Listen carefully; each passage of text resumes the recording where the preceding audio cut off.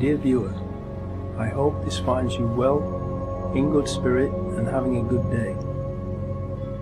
Regarding the 7/7/2005 terrorist attacks in London, let us look at the facts and see what we were told and compare them. Then, using Occam's razor and common sense, let us see what conclusions are to be drawn, so we can all understand what most likely really did happen that day. First chapter, title: Mock Exercises and Bomb Hoaxes in the Run-Up to 7/7/2005. More than a year before the 7/7/2005 attacks, on the 16th of May 2004, an edition of the BBC One Panorama programme broadcasted a mock exercise, imagining what would happen if a terrorist attack was executed in London in the near future, consisting of 3 explosions on tube trains in the London Underground and 1 explosion on a road vehicle. The following excerpt from the BBC programme gives us a good idea of why this programme was made. If there are now bombs going off above ground, in this case a lorry being attacked, it could happen anywhere.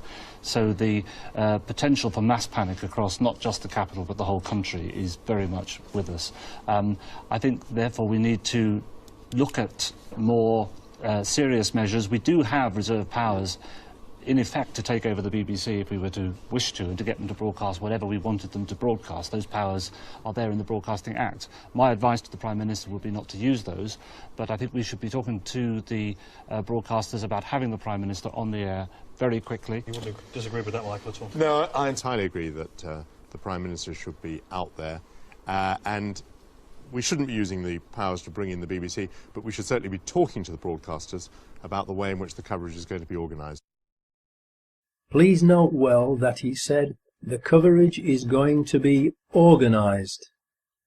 In other words, he was saying that they would write the script for and then edit and control the media coverage of an event in which there were 3 explosions on London tube trains and 1 on a road vehicle, if such an event were to take place in the near future. The question that begs to be asked is this: was that what they were actually in the process of planning, and precisely the reason for that programme? This is the kind of terrorist attack the government repeatedly says is going to happen. We've been absolutely clear we can't guarantee that there will never be an attack. It's quite likely that they're planning one now. I am wondering about the purpose and effect of this very programme. This BBC Panorama programme appears to have been used by those behind the 7/7/2005 attack as the means by which the media's response to the attack in the near future was studied, so it could be controlled and directed towards their own ends. Mr. Price plays the bad cop and issues the threat of taking over control of the BBC, and then Mr. Portillo plays the good cop and says that there is no need to do that as long as the BBC behaves itself and broadcasts whatever they want them to. The good cop, bad cop scenario is just theatre, to deceive the viewer. The reality is that the BBC is a government propaganda machine and is already, and always has been, controlled and used by the government. The headlines at 9 o'clock. In the past hour, there have been 3 major explosions on the London Underground. The first occurred at 8:10 on the Piccadilly line between Knightsbridge and Hyde Park Corner. The second at 8:16 on the Central line between Tottenham Court Road and Oxford Circus. And the third at 8:27 as a train was arriving at Vauxhall Station from Stockwell on the Victoria line. Emergency services have been called to all 3 scenes. There are no reports available yet on the number of casualties, and the police have said that it's too early to identify a possible cause. London Underground is now closed, and the police are asking people not to travel. 350,000 people alone are making their way towards the City of London at this point. And if the access overload system has been triggered and they can't get onto their mobile telephones, this will have profound implications for them, the next of kin. We can now confirm that a tanker carrying chlorine has exploded at the junction of Shoreditch High Street and Commercial Street. Chlorine is extremely toxic in this form, and the police are issuing express warnings to people to stay indoors, close windows and remain there until the all clear is given. In the days leading up to 7/7/2005, there were hoax bomb scares in Nottingham and Sheffield. There will be more about Sheffield and South Yorkshire Police, whose headquarters are in Sheffield, later in this video. Were these false alarm hoaxes meant not only to cause panic and confusion, but also to lull everyone into a false sense of security, and into thinking that the initial reports in London on 7/7/2005 would also be false alarm hoaxes, so people would ignore them until it was too late? Second chapter title: Peter Power, Dupe or Accomplice? Then, on 7/7/2005, we were told on TV by Peter Power of Visor Consultants that they, and the private company employing them, who helped choose the scenario for it, were running a mock terrorist drill in the London Underground, with practically the same scenario as what actually really happened on that day. In other words, the actual mock anti-terror drill that the BBC Panorama programme of May 2004 had outlined had been chosen by Visor's client to be carried out on the very same day that 4 Muslim suicide bombers also chose the same scenarios that Visor's client had chosen for the mock drill, causing real and devastating explosions on 3 London tube trains and 1 road vehicle. Please think about that unbelievable set of coincidences for a few seconds, to let the implications of it sink in. Then, please ask yourself, what are the odds against all of that happening by chance? Just to get this right, you were actually working today on an exercise that envisioned virtually this scenario. Almost precisely. I was up until 2 o'clock this morning because it's our job, my own company, Visor Consultants. We specialise in helping people to get their crisis management response. How do you jump from slow time thinking to quick time doing? And we chose a scenario with their assistance which is based on a terrorist attack because they're very close to a property occupied by Jewish businessmen. They're in the city, and there are more American banks in the city than there are in the whole of New York. A logical thing to do. And I've still got the... I was going to say, how extraordinary today must feel for you as it unfolds. In his TV video clip, Peter Power states that their customer helped to choose the exact scenario. I repeat, Visor's customer helped to choose the exact scenario. To this day, Peter Power refuses to publicly identify the customer who chose the exact scenario. Why?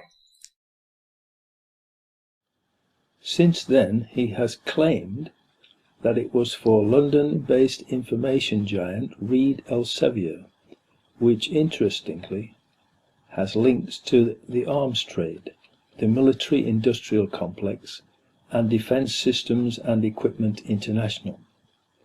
A subsidiary, Spearhead, organised defence shows, including an event where it was reported that cluster bombs and extremely powerful riot control equipment were offered for sale.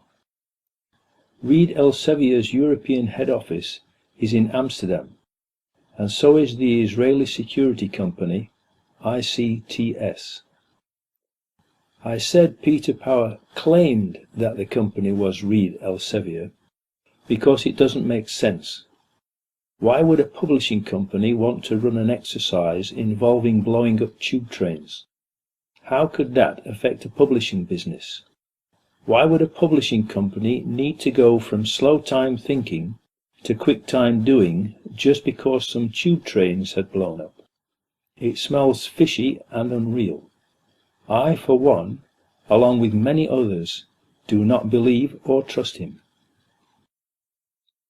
In the BBC Conspiracy Files 77, he backtracked and stated that it was entirely office-based, involving 6 people, whereas initially he said it was for a company involving 1,000 people. And we sat everybody down in the city, 1,000 people involved in the whole organisation, but the crisis team... We know from other sources that there was at least one live drill being carried out that day, involving lots of people, including policemen. DCI Steve Williams of South Yorkshire Police, all the way from Sheffield, was there, in London, taking part in a training drill that day. It has also been observed that on Luton Station car park CCTV video footage, both on the day of the practice run, the 28th of June, and later on 7/7, there was a dark-coloured Jaguar present in the Luton Station car park that appears to have been the car of their handler. Did the Jaguar's driver provide them with the backpacks? Who was driving that Jaguar? Third chapter title: Foreign Security Firms. Can they be trusted? Verint Systems is the security firm that is responsible for the CCTV surveillance cameras in the London Underground rail network, and it is an Israeli company with approximately 1,000 employees. No CCTV footage of the 4 Muslims boarding the tube trains has been released by Verint, who claim that their cameras were not working. Why? Because the 4 Muslims were not on the tube trains that blew up. Fourth chapter title: The 4 Muslims, actors or patsies? We were also told that the training exercise involved 1,000 people and, of course, amongst those 1,000 people would have to be the 4 people who were recruited to play the parts of the mock terrorists. Therefore, as part of the exercise, they would have recruited 4 young Muslim men to carry 4 backpacks that were to contain mock explosive devices. Who were their Muslim recruits? These Muslim men would naturally buy return train tickets and not one-way tickets, because they would be going home after playing their parts in the training exercise. One of them, the oldest, who would be considered the ringleader of the group because of his age, would have been asked to make a suicide video prior to 7/7/2005, being told it would form part of the training mock terrorist exercise, in order to make the exercise, and possibly a film to be made of it, look as realistic as possible. He would obviously not have been told the details of the whole plan until later, probably when he and the others arrived at Luton on the 7th of July 2005, to make absolutely certain that the scenario of the drill which would take place that day could not be talked about by or to anyone. The second oldest would also be asked to make a similar video as a backup for just in case anything went wrong, and or the oldest pulled out of the drill before the 7th of July 2005. Mohammed Siddiqui Khan's wife Hasina, now his widow, was pregnant and had started bleeding on the 5th of July, 2 days before the bombings took place. There was obviously something wrong with her, so Mohammed Siddiqui Khan took her to hospital in Dewsbury. She was examined and booked in for a scan on the 7th because of a threatened miscarriage. So, in the circumstances, as a loving husband and dad, as he demonstrated in his second video that has been broadcast, he most probably did pull out of the training exercise. After he had taken his wife home, he said he was going to see his friends, and she never saw him again. She miscarried on the 7th of July, the day of the bombings, not knowing what had become of her husband. The petrol attendant at Woodall Services on the M1 motorway, where Shazad Tanweer stopped for fuel in the Nissan Micra, says he only saw 2 people in the car, Shazad Tanweer and Hasib Hussain, as can be seen in the CCTV footage. So, it is quite possible that Mohammed Siddiqui Khan never made the trip to London, but was grabbed in Leeds and disposed of. Since making 7/7 Ripple Effect, new things have come to light about Mohammed Siddiqui Khan and Shazad Tanweer and their involvement in Operation Crevice in 2004, during which they were photographed on numerous occasions with the suspects involved in Operation Crevice. However, they were not investigated, whilst the others were not only investigated. Omar Khayyam, Anthony Garcia, Wahid Mahmood, Jawad Akbar and Salahuddin Amin were arrested, charged and convicted of terrorist charges. Among the remaining 40 were 2 men, whose names were to become notorious: Mohammed Siddiqui Khan, the alleged ringleader of the July 7 bombers, and his alleged right-hand man, Shazad Tanweer. Operation Crevice was an investigation into a group of Muslims who are alleged to have been manufacturing ANFO bombs from ammonium nitrate fertilizer and fuel oil in the UK, similar to what Timothy McVeigh used in his Oklahoma City truck bomb in the USA. Mohammed Siddiqui Khan was recorded meeting Khayyam 4 times in the final stages of Operation Crevice. On one occasion, he even asked Khayyam, "Are you a terrorist?" How could they do that, unless Khan was wired up with a microphone and told to ask that question?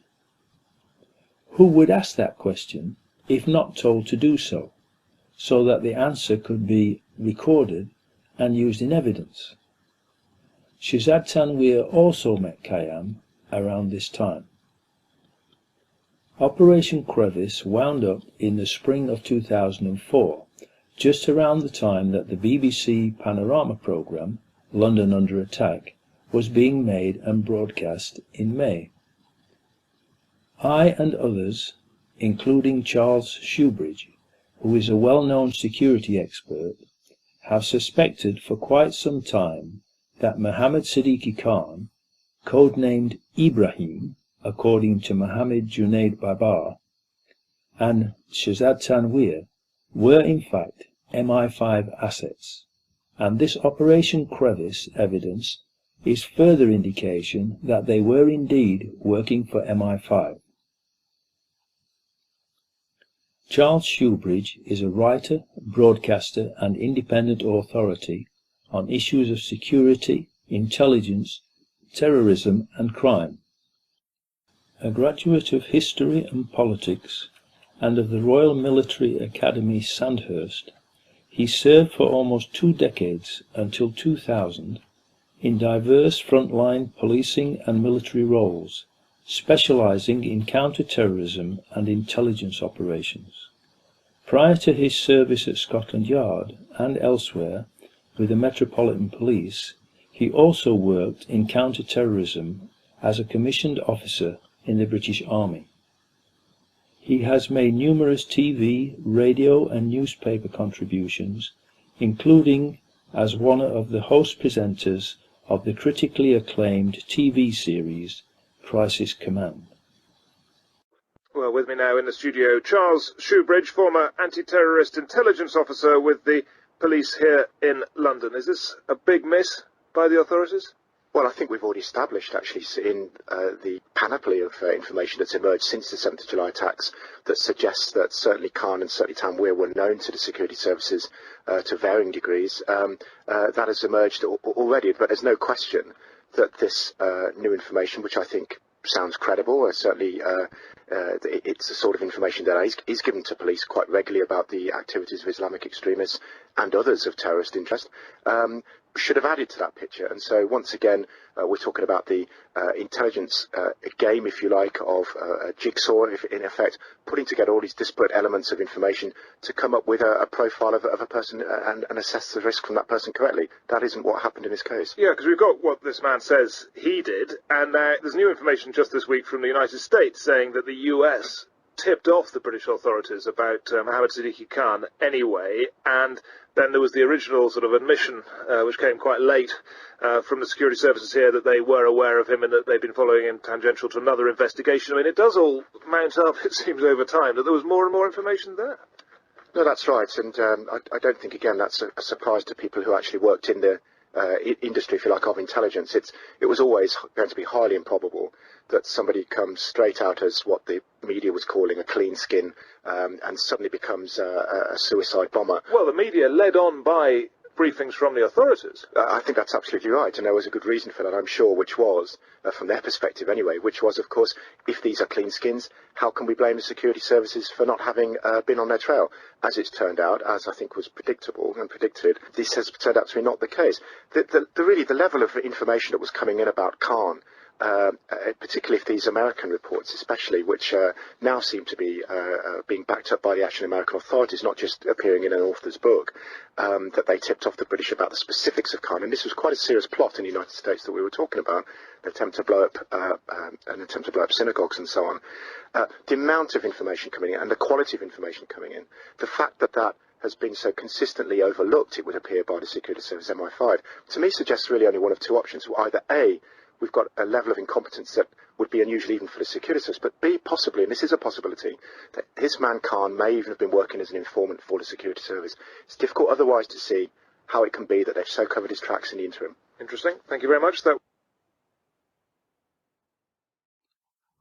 The only logical explanation for Mohammed Siddiqui Khan, codename Ibrahim, and Shahzad Tanweer not being investigated as part of Operation Crevice, and asking Omar Khayyam if he was a terrorist, so that it could be recorded as evidence, is that they were working for MI5 and were sent to infiltrate the group and report back to MI5.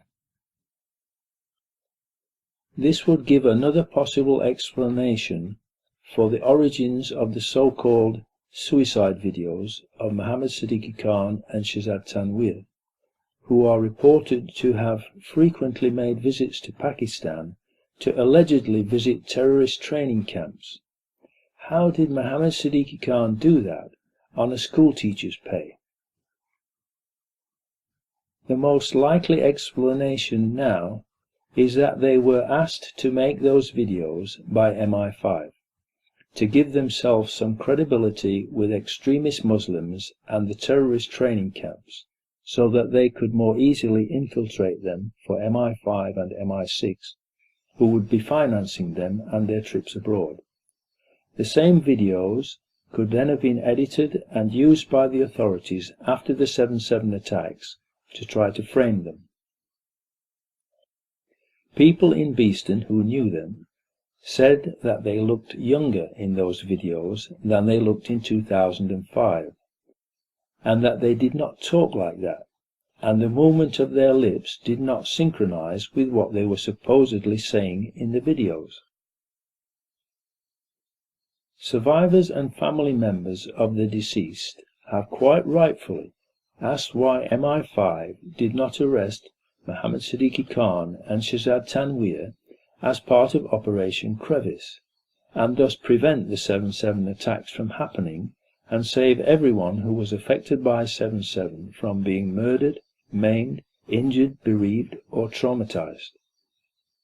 The only logical answer is that they were British patriots working for MI5 all along, and then, when they had outlived their usefulness and knew enough to be a liability to MI5, especially if their cover was blown by Operation Crevice, they were set up as patsies and eliminated. As a further indication that they were working for MI5, former Justice Department prosecutor and terror expert John Loftus was filmed in an interview talking about Harun Rashid Aswat, whom we were told by the authorities was the mastermind behind the 7/7 attacks. John Loftus says that Aswat is an MI6 agent. Aswat is believed to be the mastermind of all the bombings in London. On the 7/7 and 7/21, this is the guy, we think. This is the guy, and what's really embarrassing is that the entire British police are out chasing him, and one wing of the British government, MI6, or the British Secret Service, has been hiding him. Now, we knew about this guy Aswat. Back in 1999, he came to America. The Justice Department wanted to indict him in Seattle because him and his buddy were trying to set up a terrorist training school in Oregon. So they indicted the buddy, right? But why didn't they indict him? Well, it comes out, we've just learned that the headquarters of the U.S. Justice Department ordered the Seattle prosecutors not to touch Aswat. Hello. Now, hold on. Why? And that's, well, apparently Aswat was working for British intelligence. Now, Aswat's boss, the one-armed Captain Hook, he gets indicted 2 years later. So the guy above him and below him get indicted, but not Aswat. So all of a sudden, he disappears. He's in South Africa. We think he's dead. We don't know he's down there. Last month, the South African Secret Service come across the guy. Yeah, now the CIA says, oh, he's alive. Our CIA says, okay, let's arrest him. But the Brits say no again? The Brits say no. Now, at this point, 2 weeks ago, the Brits know that the CIA wants to get a hold of Harun. So what happens? He takes off again, goes right to London. He isn't arrested when he lands. He isn't arrested when he leaves. Even though he's on a watch list. He's on the watch list. The only reason he could get away with that was if he was working for British intelligence. He was a wanted man. And then takes off the day before the bombings, as I understand it? Yeah, and goes to Pakistan. The Pakistanis arrest him. They jail him. They jail him. He's released within 24 hours. We were told by the British authorities that the alleged bombers made phone calls to Aswat prior to the explosions. Aswat came into the UK towards the end of June 2005 through the port of Felixstowe. He left the UK on an early morning flight from Heathrow on the day of 7/7. When the police were doing their investigations into the 7/7 atrocity, they came across evidence that Harun Aswat had made mobile phone calls to the alleged suicide bombers just hours before the attacks. He had made about 20 calls to them.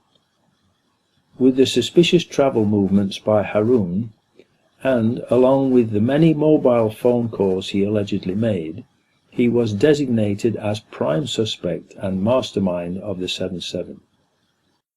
It was at this point that he was traced to South Africa, Zimbabwe, and watched until he tried to cross the border to Zambia. He was arrested. Once in custody in Zambia, Aswat was then deported to the UK for questioning about 7/7. During this time, MI6 then declared that he was an agent of theirs, and that Aswat had nothing to do with the 7/7 atrocity, and that he will not be interviewed. MI6 basically overrode the police inquiries. All of this information further indicates that 7/7 was a false flag psyop carried out by the security services, and that it was not carried out by Muslims. It should be noted that neither Mohammed Siddiqui Khan nor Shehzad Tanweer specify what their targets were in their videos. It is also interesting to note that no one has ever claimed responsibility for the 7/7/2005 bombings, except for a message on a fake Al-Qaeda website on the same day that was traced to Texas in the USA. As already stated, if Tanweer and Khan were working for MI5 and MI6 as informants and asked to infiltrate extremist Muslim groups, then that would explain the making of these videos, to be used as part of their credentials when attempting to gain the trust of extremists. 2 years afterwards, because more and more people doubt the official story and are proving it to be lies and deception, and are rightfully demanding an independent investigation, the police have arrested, frightened, intimidated and harassed Mohammed Siddiqui Khan's widow into publicly condemning her husband. She has a young daughter to protect and has stated that she is now afraid of the police. They kept her in custody for 6 days to intimidate her and then showed her what they claim is her husband's will and suicide note. Obviously, this was done to get her to condemn her husband publicly, in exchange for the authorities' implied agreement to leave her alone, to which she will have agreed in order to protect herself and her young daughter from further harassment. Where were these documents found, and why did it take 2 years for them to be shown to her? They are, after all, her rightful property, if genuine. 2 years is ample time to forge a short handwritten note and signature on a will. In view of the amount of time this suicide note has taken to be mentioned, the timing of it, and all the lies and evidence the authorities have told, fabricated and planted, it cannot be trusted and must be considered another forgery, along with any other new so-called evidence that they might come up with. So the scene is set for the training exercise to go ahead. The fake terrorists have been recruited, the suicide videos have been made, and everyone has been given basic instructions for the day that the exercise is to be put into operation, 7/7/2005. The 4 mock terrorist actors were to meet at Luton train station at 07:20 a.m. on the 7th of July 2005 and catch the 07:40 a.m. train from Luton to King's Cross Thameslink station with their pretend bomb backpacks, and then split up and catch 3 tube trains and 1 bus to prearranged destinations, where the fake explosions were to take place as part of the training exercise. Finally, the big day arrived. Everyone was ready.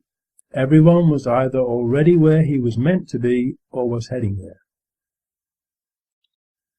But first, let us take a step backwards for a moment to look at the bigger picture and put this mock terror exercise into context with what was happening in Britain at that time.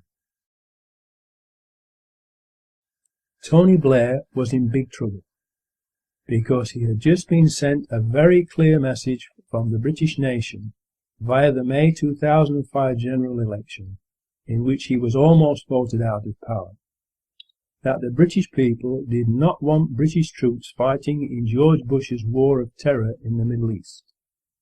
So, to be able to keep the British troops fighting in the Middle East, Tony Blair desperately needed something to happen to change the nation's mind.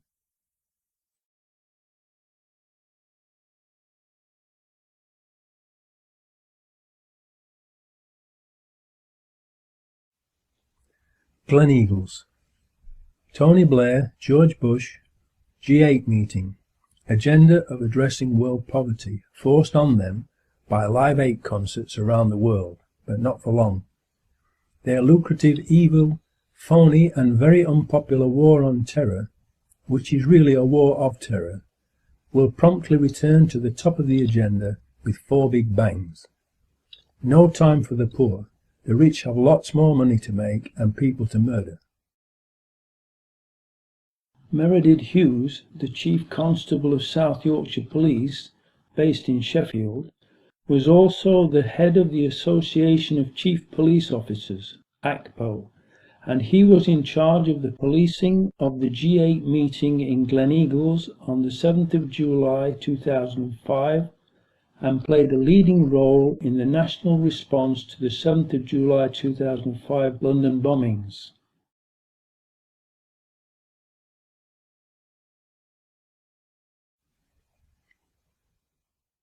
Leeds, where 3 of the Muslim actors lived and were recruited, and where the oldest, Mohammed Siddiqui Khan, was befriended by the local police, and was regularly called upon by them to help them to sort out gang rivalry problems. Mohammed was also taken on a tour of the House of Commons by a Leeds MP who befriended him. The perfect patsy? Someone who was made to believe he could trust the authorities and that they would therefore not deceive or harm him? Someone who could in turn recruit 2 other Muslims for the drill so they could all become famous and make a nice bit of clean and easy extra money and show their patriotism by helping the authorities to protect Britain from terrorism? Aylesbury. A 4th Muslim actor who has been recruited, Jermaine Lindsay from Aylesbury, will also meet them in Luton. Luton. Transport security firm ICTS, another Israeli company, has an office just a mile away from the Luton train station, which is suspected to be where the Muslim actors received their final instructions before setting off for the train station. The details of which trains to board, which carriages to get into, where to sit, and which bus to catch, where to sit on it, and at what time. Another interesting thing about the Israeli firm ICTS is that they also handled the security at the airports in America on 9/11.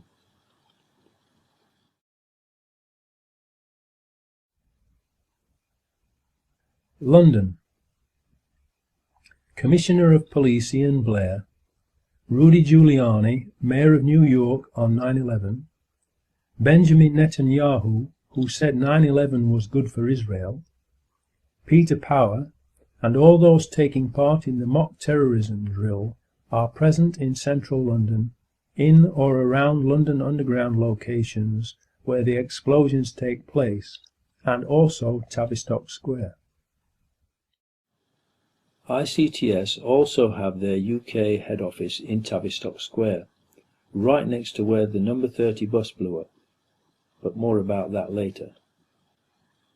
The 4 men were supposed to arrive together on time at Luton Station and be caught on CCTV at 07:21:54 AM, entering the station, but 3 of them are not on the same video frames as Hasib Hussain, so have to be inserted later using computer software, hence the obviously and very badly doctored official single frame time-stamped photo that we have been shown from the CCTV outside Luton Station.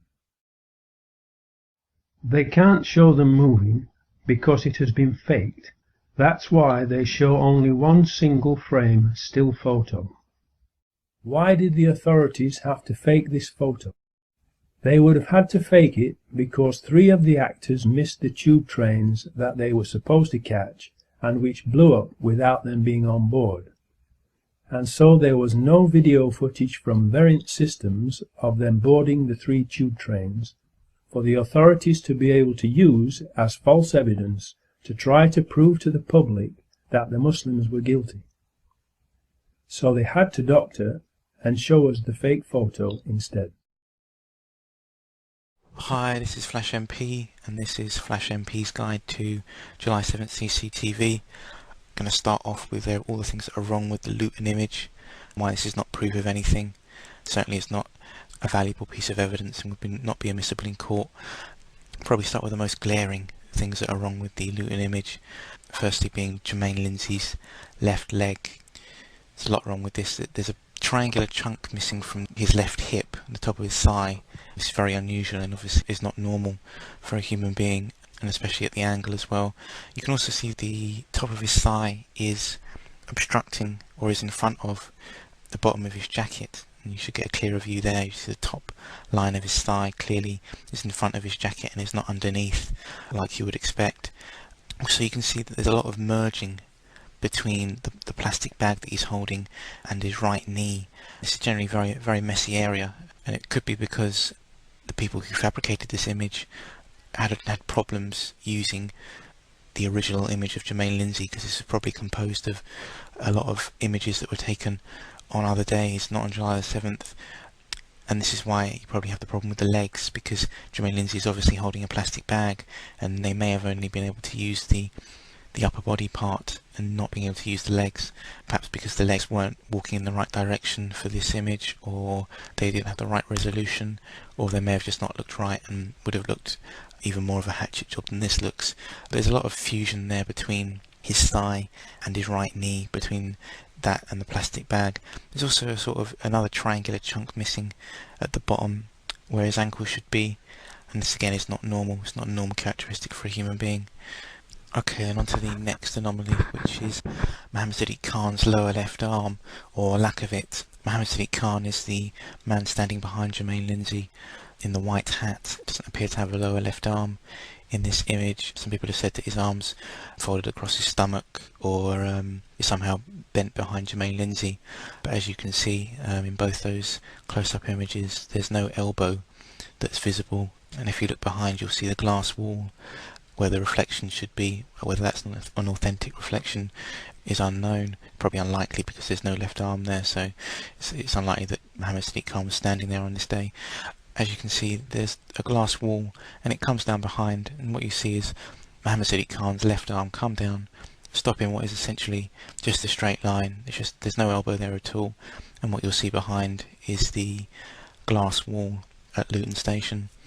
And again, this is not really not normal, not a normal characteristic for a human being, and is entirely impossible. Okay, then on to the next anomaly in the Luton image. This is the anomaly associated to Hasib Hussein, and this is the dodgy reflection. What you see on the left is Hasib Hussein in the foreground, and then this is the background of Hasib Hussein on the right, and it essentially looks like someone's taken a stamp or taken the image on the left and tried to stamp it onto the glass wall behind to make it look like a reflection. Again, this is quite a serious anomaly and is entirely impossible. Light does not behave in this way and reflections do not behave in this way.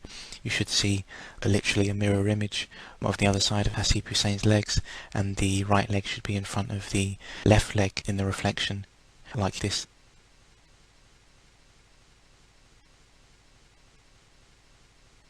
Okay, then let's move on to the next anomalies in the Luton image. The next anomalies are associated to Shazad Tanweer, who's on the furthest right in the image, in the dark hat. There seems to be some sort of impact on the bus stop here. It's very wobbly, it seems to have been disrupted in some way, and that is not present in, or is not the same in the dummy run image, which is taken from supposedly the same camera at the same angle. And as you can see, the bus stop is a lot straighter, very solid.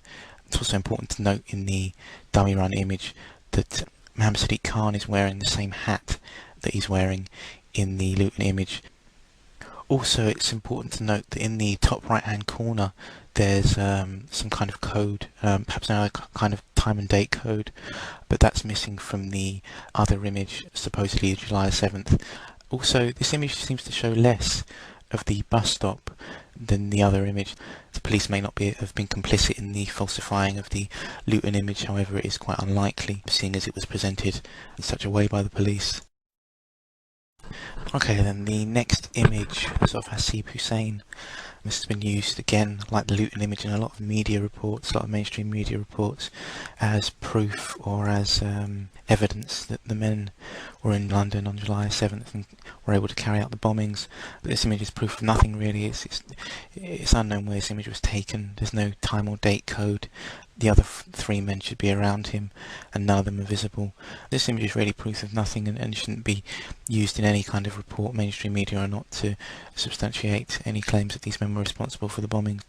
Also, this image seems to contradict police claims that they travelled together. The other three men should be visible around him, but they're not. Again, this has no time or date code. It's impossible to tell when it was. The question should be asked, why are the police presenting this image as proof? Why are they so eager to put Hasib Hussein and the other men in the frame? And what I was basically trying to show in this video is that even though these images have been used in mainstream media reports, they're really not proof of much, and any report that contains these images is inaccurate, and that issue needs to be addressed. I was also trying to show that the evidence that is available, such as the IDs that were found at the scene and the papers that were found at the scene, is very important if you don't have any CCTV. Of course, some people are going to say that DNA was found at the scene and the papers were found at the scene, and surely that's conclusive proof. It's not impossible to plant DNA at a scene. It's not impossible to plant small fragments of flesh and bone at a scene. It's not difficult. It's definitely not difficult to plant IDs, especially as there are anomalies in the way the IDs were found as well. It's not impossible.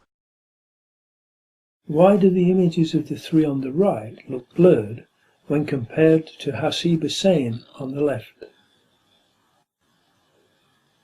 Is this a cut and paste leg? Why the extremely blurred face? This technique matches exactly what is known as the smear tool in image manipulation software.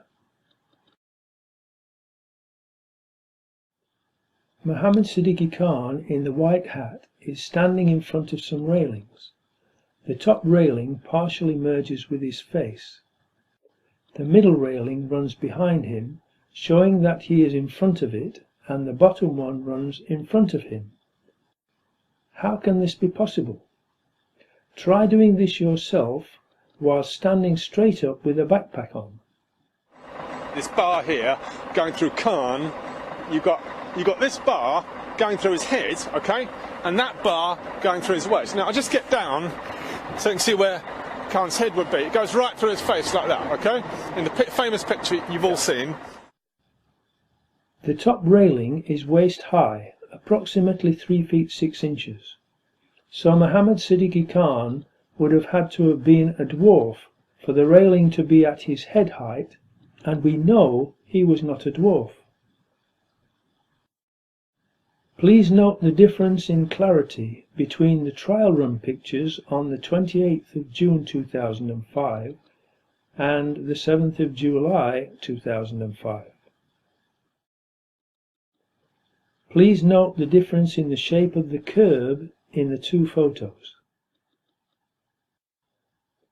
This image has clearly been fabricated, possibly by our intelligence services or police, in order to frame these four patsies.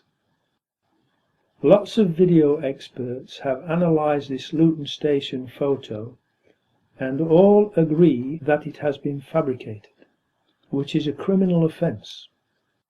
The fact that it has been fabricated would have any case brought against the alleged bombers thrown out of court, and the fabricator arrested for attempting to pervert the course of justice, which, as I know from my recent experience, carries a maximum life sentence.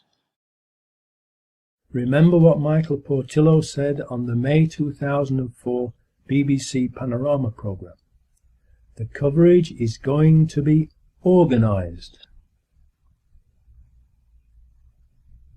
So far, they are apparently running according to the training exercise plan and on schedule.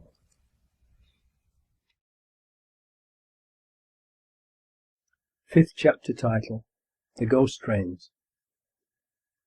Unfortunately for the people who have organised the event, the train that the four Muslim actors are supposed to catch, the 0740 AM train to King's Cross Thameslink, has been cancelled, and the next one too, so they cannot possibly make it in time to catch the tube trains that they were supposed to catch as part of the training exercise.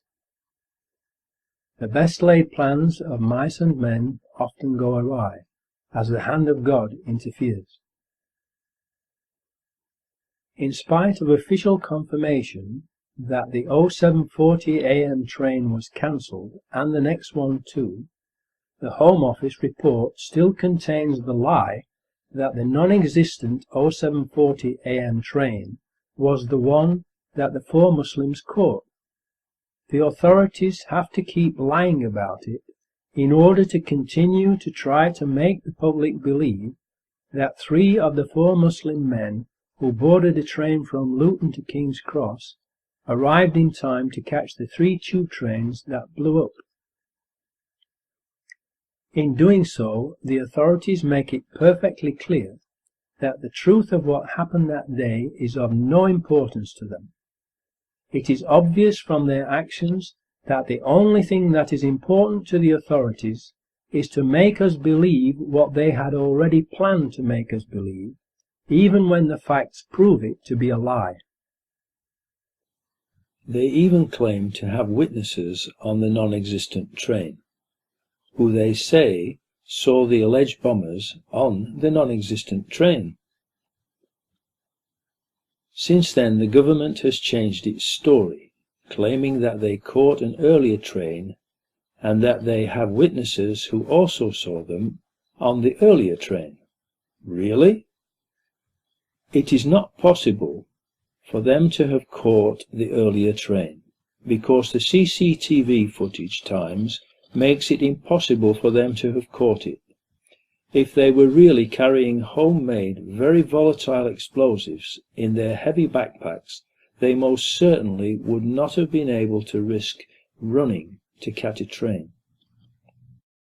The first available train the Muslim actors can catch gets them to King's Cross after the tube trains have already left without them. Hasib Hussain splits off from the other three at King's Cross Thameslink station, because he still has time to catch the number 30 bus as his part in the mock terror exercise. When the tube trains they were supposed to catch are blown up, the other three smell a rat and realize they have been duped and are Muslim patsies who will be blamed for the attacks, and everyone knows what happened to Lee Harvey Oswald. The Muslims are not from London. Their homes are many miles away, and so they are like fish out of water, and have no idea what to do or where to go and hide. They realize that they can't go home, and do not know anyone in London whom they can trust. The phones are all not working, first of all because they were jammed and then shut down by the authorities. So they cannot phone anyone to tell them what has happened. What can they do to prevent themselves from being wrongly blamed for the explosions? What would you do in that situation? On one of the early TV news broadcasts that day, a newsreader announced that a report has come in that 3 of the terrorists involved in the bombings had been shot and killed by the anti-terrorist branch of the police at Canary Wharf in the Docklands area of London's East End. It was also broadcast on BBC Radio 5 Live. The announcement was made only once and never repeated, for obvious reasons. How could suicide bombers possibly have survived the tube train bombings and then been in the Docklands to be shot? In a New Zealand Herald newspaper article, it says that 2 people were shot dead outside the HSBC building, and in Canada's Globe and Mail newspaper, only 1. There is another newspaper report that the police shot a suicide bomber outside the Credit Suisse First Boston Bank, which is approximately 1,400 feet or 467 yards away from the HSBC building, measured door to door. The 2 buildings are very different in both shape and size, and 467 yards apart, and thus they are not easily confused with each other. Police were yesterday probing reports a man had been neutralized outside Canary Wharf. It is believed the man was shot dead by police marksmen outside the Credit Suisse First Boston Bank, South London Press. Tell me, the rumours that a police sniper shot dead a suicide bomber at Canary Wharf, do you know anything about that? That means that the police shot and killed at least 3 suicide bombers in Canary Wharf on 7/7/2005.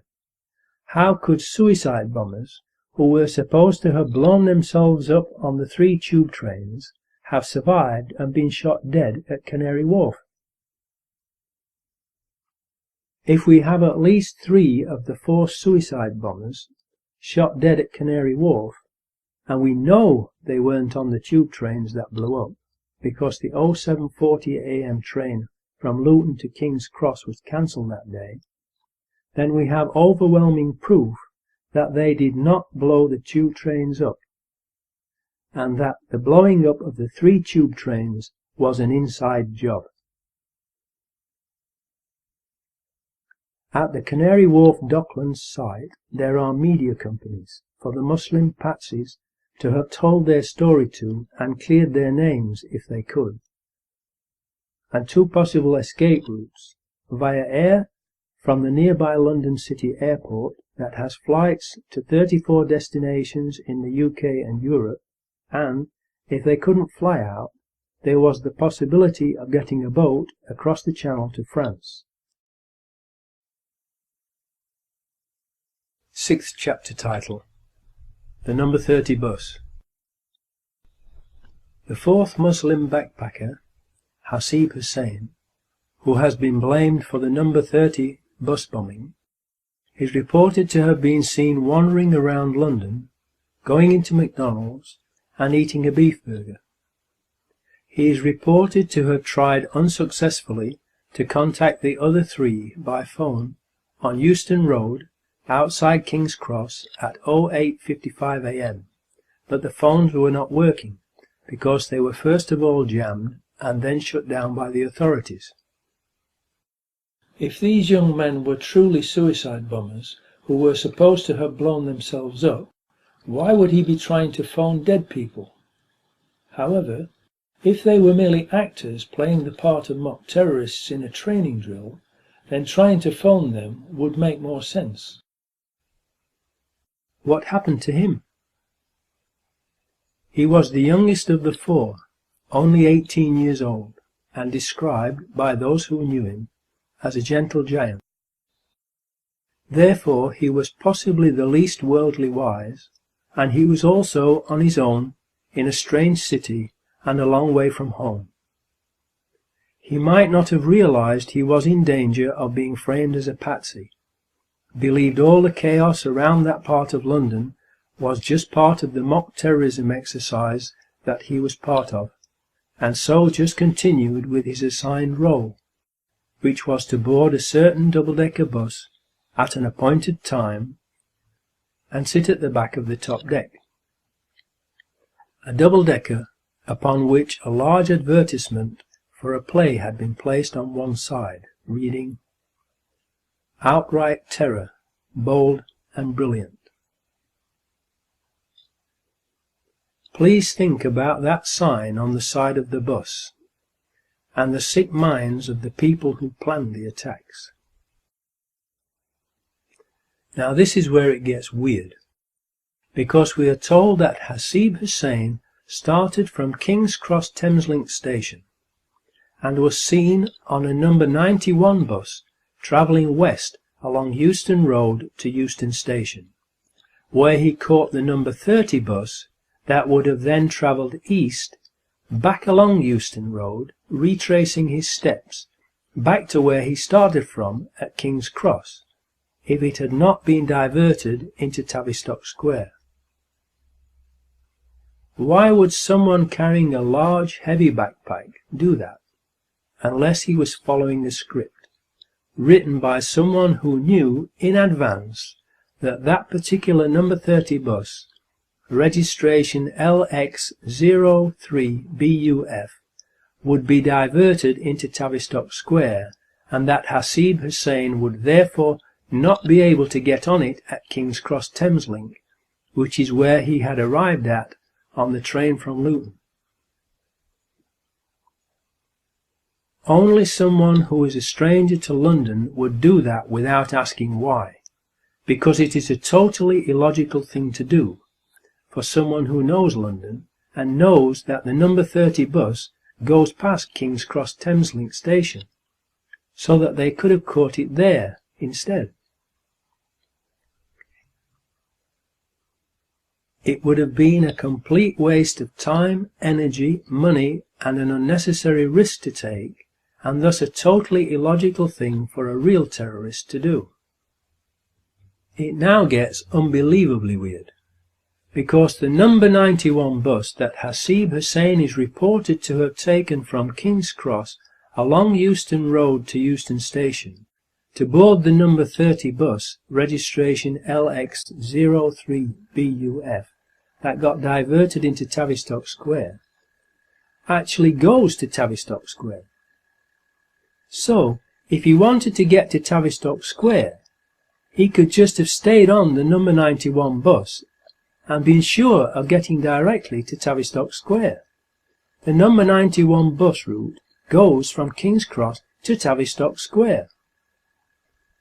That is conclusive proof that that particular number 30 bus, registration LX03BUF, was part of Peter Power and his customers' mock terrorist drill, pre-rigged with explosives, like the 3 tube trains, and was pre-planned to be diverted into and blown up in Tavistock Square, rather than blown up by a backpack bomb.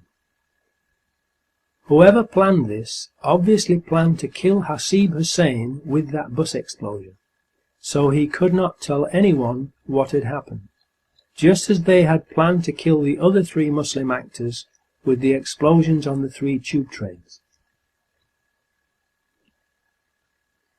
At 0900 AM, a number 30 bus, registration LX03BUF, left Marble Arch on its return journey to Hackney Wick.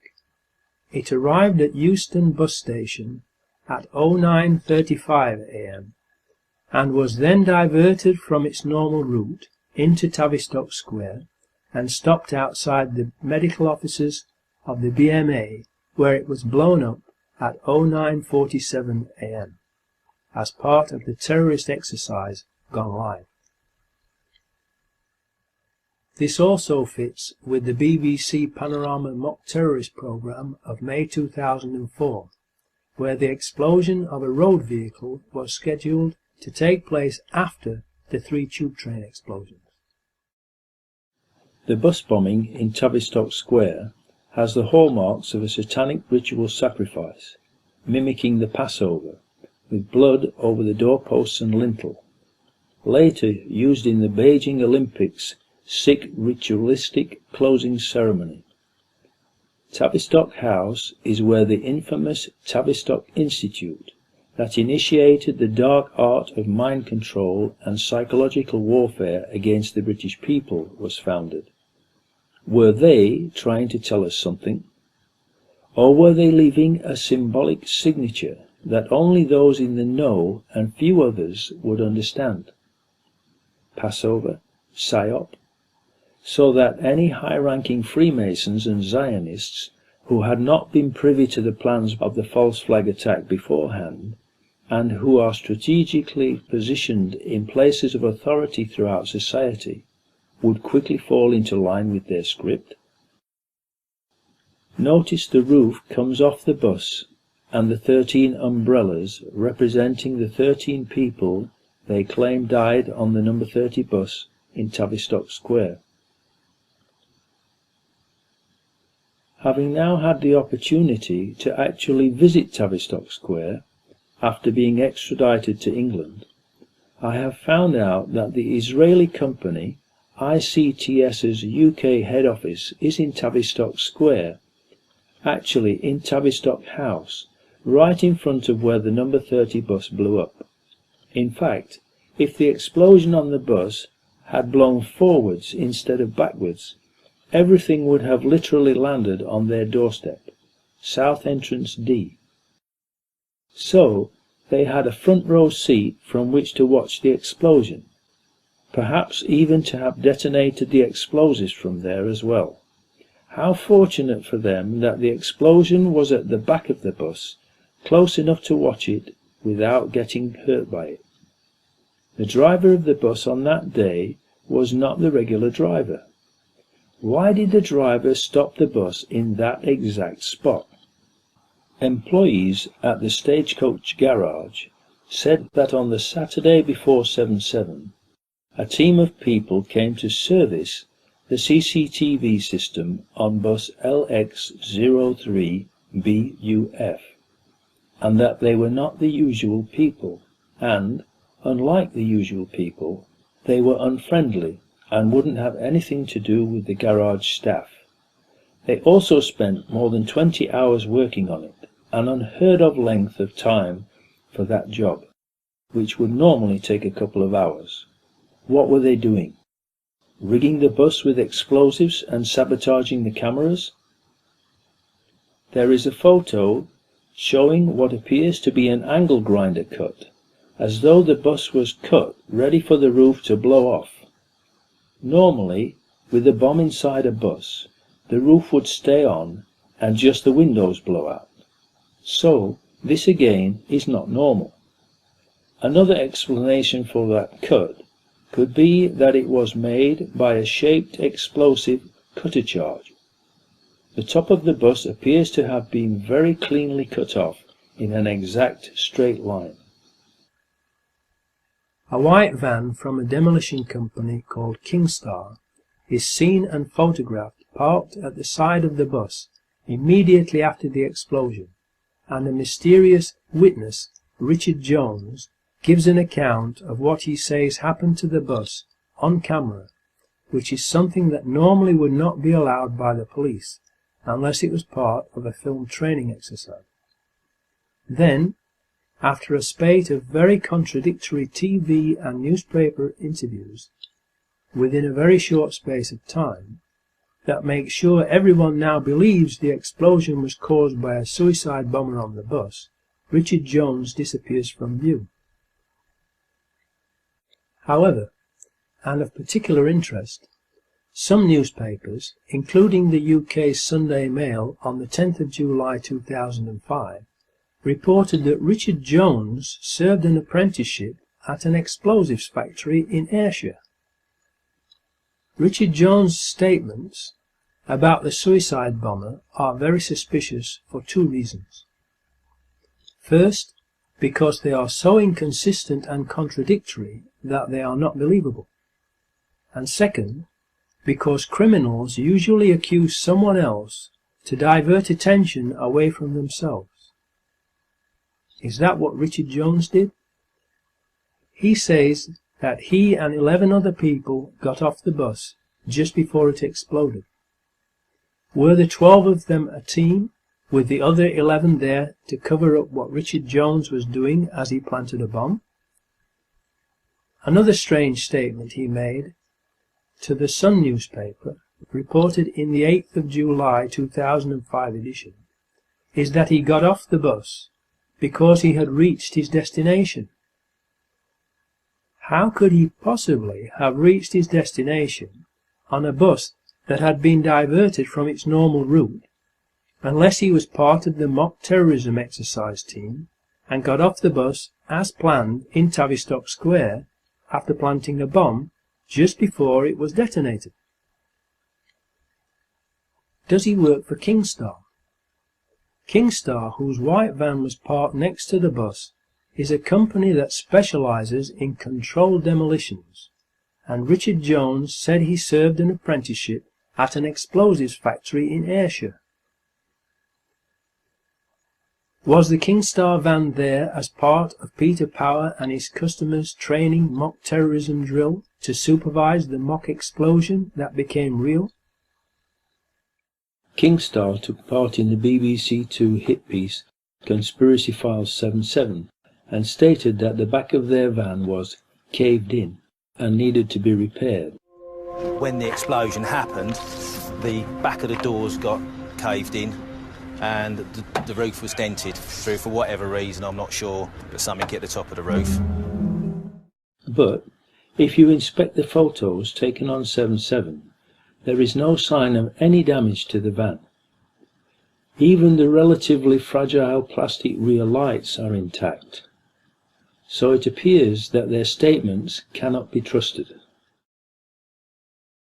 If Hasib Hussain was supposed to have been on that number 30 bus, registration LX03BUF, how would it be possible for him to get the exact bus that would get him to one of the 4 locations where the mock terrorist exercise would be taking place, when that bus was diverted from its normal route to Tavistock Square, unless he had been recruited to play the part of a mock terrorist and told exactly which bus to get, where and at what time by the people who organised the mock terrorism exercise, and who knew the bus would be diverted to Tavistock Square.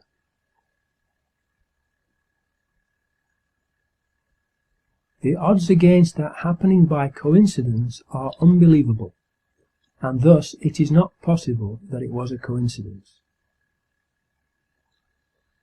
Another unbelievable coincidence is that all of the CCTV cameras at all 4 of the blast sites were not working that day.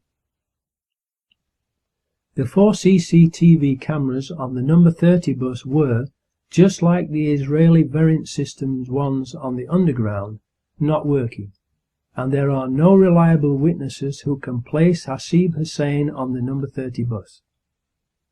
Richard Jones is an unreliable witness whose physical descriptions of the man he says was the suicide bomber does not fit with Hasib Hussein's appearance or what he was wearing that day. So there is no proof that Hasib Hussein was either on that bus or blew it up. Even so, he has been tried and wrongfully found guilty of blowing up the number 30 bus by the government-organized and controlled media machine, without a shred of real evidence. They claim to have found Hasib Hussein's ID in Tavistock Square. However, they also state that ID from another of the 4, Mohammed Siddiqui Khan, was found at all 4 separate blast locations. He cannot possibly have been in 2, never mind 3 or all 4 locations at the same time, proving that these items were planted after the blasts. How could their IDs have survived suicide bomb blasts? Millions of people are aware of the magic fireproof Mohammed Atta passport that was planted at the World Trade Center on 9/11. In light of these incidents, if ID from Hasib Hussein was found at Tavistock Square, it does not necessarily mean that he was on the bus and not somewhere else. Or, if he was on the bus, that he blew the bus up. There is no credible witness who has placed Hasib Hussein on that number 30 bus, and that includes Lisa French, who took 5 years before she supposedly remembered seeing him, and then gets the bag wrong, saying it was a square laptop bag, not a big rucksack.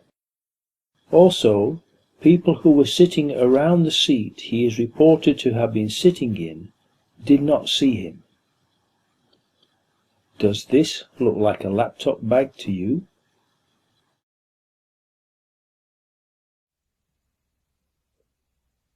What has happened to the presumption of innocence, and being considered innocent until proven guilty, and convicted by a jury of your peers in court, that has always been the mainstay of British justice? The most likely case is that the number 30 bus had been pre-rigged with explosives during its previous service, when the CCTV cameras were disabled. The CCTV systems on stagecoach buses are normally either the Israeli company Variant Systems RP12001 or Timespace X200. A witness, Richmal Marie Oates Whitehead, aged 35, who worked at the BMA in Tavistock Square and was hailed as a heroine for her actions during the London bombings, said she heard 2 explosions on the bus. The controlled media immediately went on the offensive and did a character assassination of the heroine, because her testimony did not fit with the official story, and she died unexpectedly shortly afterwards. However, other witnesses also reported a second explosion on the bus. Richmal's and other witnesses' testimonies would account for pre-planted explosives and a bomb being planted later on 7/7/2005. What we can be certain about, though, is that, either on the bus or elsewhere, Hasib Hussein, like the other 3 Muslim patsies, was murdered. 7th chapter title, Pre-planted explosives. Witnesses of the tube train explosions state that there were no Muslims with backpacks and no backpacks or bags left unattended on the trains in the carriages that blew up, and the floors of the trains blew upwards from underneath, not downwards, as would be the case with explosives inside the trains.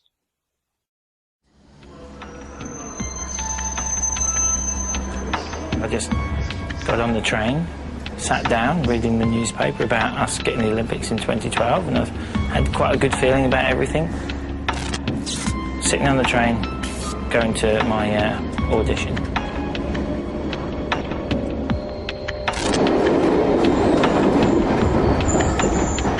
Must have been not much longer than 30 seconds. All of a sudden, it didn't feel like I was on the train anymore. Something was very, very different. It was very strange. I had this very heavy feel to it, this very heavy kind of not of this world feel to it. As I was getting off the train, I noticed that there was a hole, and the hole was as if there was a bomb or the explosion had burst up through the floor of the train, and that was just about there.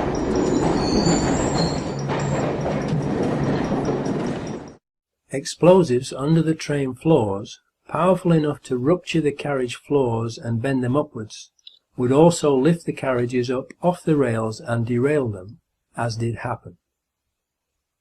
Those explosives were not homemade, but military-grade high explosives that would not be available to Muslim suicide bombers. The official story was that they used homemade explosives, which has later been proven to be a lie. The presence of military-grade high explosives was confirmed by Christophe Chabot, head of the French Anti-Terrorism Coordination Unit, as well as Scotland Yard's Deputy Assistant Commissioner, Brian Paddick. Forensic investigations are a scientific process. The discovery of military-grade explosives, confirmed by experienced professionals, doesn't just happen by accident. They also stated that the bombs were detonated by timing devices, not by suicide bombers. This is the Russell Square tube carriage that Jermaine Lindsay allegedly blew up. Further proof that the government lied about the explosives is the fact that the explosives that were used could not have been homemade in a bath TATP, because TATP explodes without generating any flames or heat, and we know from the famous photograph of the woman in the Burns mask that the explosives that were used burned her and others. So we know from reliable eyewitnesses who can be traced that there were no backpack homemade bombs or Muslim bombers inside the tube train carriages that blew up, and that the floors blew upwards, so the bombs, which were made from military-grade explosives, must have been fastened underneath the floors of the train carriages. Only people having access to the tube trains during the times that the trains were not running would be able to plant those bombs under the train floors. Benjamin Netanyahu, the Israeli finance minister, said that he was warned by Scotland Yard not to leave his hotel room on the morning of 7/7/2005 before the first explosion was reported, implying that they had foreknowledge of the plan. Scotland Yard then quickly denied being the ones who had provided the warning, but have not told us who did warn Netanyahu if they did not. Why was Benjamin Netanyahu warned, but not the British people who pay their wages and whom they are paid to protect? Was it because it would have spoiled their evil plan to murder British people, to change the nation's mind about British troops fighting in the Middle East? 2 weeks later, the head of the Israeli Mossad, General Meir Dagan, said that he had warned Benjamin Netanyahu at 08:40 a.m. on 7/7/2005, 10 minutes before the first blast occurred. How did he know what was going to happen in London if Scotland Yard did not warn him? Did he wait to warn Benjamin Netanyahu until it was too late to warn the British people, so as not to spoil their evil plan? Was the London bombing a covert MI5 operation, or an Israeli Mossad operation, or a joint operation by both of them? The British people have the right to know. Tony Blair said on the day of the explosions that we know that these people act in the name of Islam, when there was no proof whatsoever of who had done it, therefore indicating he possibly had foreknowledge of the plan and who they intended to blame and the reason why they were going to blame the Muslims. As proof that this was a slip-up and needed covering up, look at how the BBC later falsely reported his actual words, giving further proof that the BBC is a government propaganda machine and the coverage was organised, exactly as Michael Portillo said it would be in the BBC Panorama programme in May 2004. Later that same day, Ephraim Halevi, a former head of the Israeli Mossad, wrote in an article published on the Jerusalem Post website at 18:10 p.m. London time that the attacks had been carried out simultaneously with near-perfect execution. How did he know they had only been near-perfect? How could he have known what the perfect results should have been in order to know that the actual results were not perfect, unless he was in on the plot? How many more people had they intended to murder in order for it to be considered perfect execution? How did he know, at least 2 days before the London authorities released the information on the 9th of July, that the bombs were detonated simultaneously, unless he was in on the plot? As proof that this too was a slip-up, the Jerusalem Post article in question was completely removed from their website after people began to ask similar questions. The following day, Police Commissioner Ian Blair also made a slip-up on camera and said that there were 4 miserable bombers, and then very quickly corrected himself, showing that he too possibly had foreknowledge of the plan to use 4 Muslims as patsies. If London could survive the Blitz, it can survive 4 miserable bombers like this. I'm not saying there are 4 bombers, 4 miserable events like this. We are told that the first reports were of an electrical power surge that occurred, and then later we were told that there were bombs that exploded on the tube trains and that it was an Al-Qaeda terrorist attack, with Muslim suicide bombers carrying backpack homemade explosive devices onto the tube trains. A couple of weeks later, a Brazilian contract electrician is brutally and publicly murdered on a tube train, and again we are told lies by the police and media about him. He was a contract electrician. For whom had he been working, and what had he been working on in the days leading up to the 7th of July 2005? Remember that the first reports from the media about 7/7/2005 were of an electrical power surge, and John Charles de Menezes was a contract electrician. Was he hired as part of the terrorist exercise's 1,000 people to wire up devices for mock explosions to be set off by a power surge? Did he see the explosive devices being fastened under the tube train carriage floors and later realized what had really happened and was starting to talk about it? Did they, the hierarchy enslaving you, publicly execute him to shut him up and as a warning to others to keep their mouths shut? We have been unable to find out where he worked. We know about his cousins who live in London and his family coming over from Brazil, but we do not know where he worked. Why? The murder of John Charles de Menezes is also very suspicious, because of what the authorities did, or, in reality, what they didn't do that day, which should have been standard operating procedure if they really did believe he was a suicide bomber wearing explosives.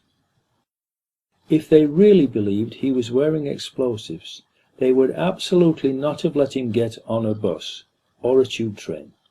They would have taken him down when he was in the middle of a street, equidistant from the buildings on either side of the street, in order to minimize the risk to the neighbors. They absolutely would not have let him get on a bus unless it was all scripted as another psyop to reinforce in the public's mind the attacks of 7/7 2 weeks previously.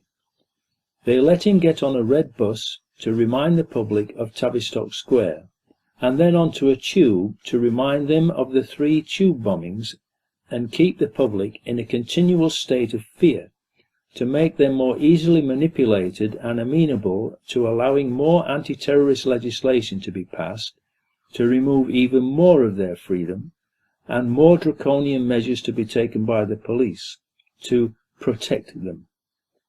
It would also send a message that if anyone talked, this would happen to them too.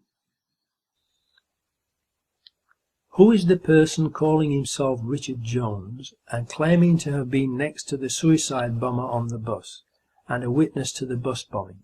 And why did he tell so many lies? Why did Peter Power smirk, grin and giggle when he spoke about the coincidence that the exercise had turned out to be real, when lots of people had been killed and injured? What is funny about that? The probability of the 7/7/2005 drill and attack coinciding without being planned to coincide in a 10-year period is 1 chance in 3, 7, 1, 5, 592, 613, 265, 750, 000, 000, 000,